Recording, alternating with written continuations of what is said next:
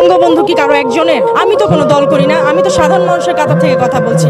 বঙ্গবন্ধু রিকশাওয়ালার, বঙ্গবন্ধু চামারের মুচির, সবার বঙ্গবন্ধু। বঙ্গবন্ধু জয় বাংলা কি কারো কেনা স্লোগান? প্রত্যেকের বঙ্গবন্ধু, প্রত্যেকের ভাষা হচ্ছে জয় বাংলা। এটা তো যেই বলুক যে অমীমাংসিত, সে নিজে অমীমাংসিত, সেই দেশেরই মানুষ না, সেই দেশের কেউ না। গত জুলাই থেকে এ পর্যন্ত কত কি হলো, কতজনকে বিনা অপরাধে বিনা ইয়েতে ধরে নিয়ে গেল, তাতে কি তারা কিছু প্রমাণ করতে পেরেছে? চাইলে কি বঙ্গবন্ধু আজকে মিশে যাবে মাটির সাথে? কোনোদিনও না। একটা মানুষ তার রাজনীতির 24 বছরের মধ্যে 12 বার সে কারাবরণ করেছে শুধুমাত্র দেশের জন্য। আপনি একটা নেতা নেত্রী দেখান, আপনি একজনকে দেখান। নেতা নেত্রী সবাই হতে চায়, কিন্তু চাইলে কি পারা যায়? 24 বছরে উনি 12 থেকে 14 বার কারাবরণ করেছে। কয়জন নেতা আছে আজকে? চাইলেই কি একটা উপদেষ্টা, চাইলেই কি আমাদের বয়সী কেউ চাইলেই দেশের মন্ত্রী হতে পারবে, উপদেষ্টা হতে পারবে?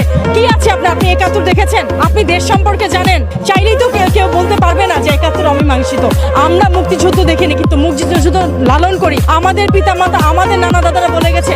আপনি কি আপনার পরিবারকে মিথ্যা বলে যাবেন? আপনার সন্তানকে কি আপনি মিথ্যা ইতিহাস শোনাবেন? কখনো শোনাবেন? এটা কি সম্ভব? আমরা সত্য ইতিহাস শুনে বড় হয়েছি। আমরা শুনে বড় হয়েছি 71-এর ত্যাগ তিতিক্ষা।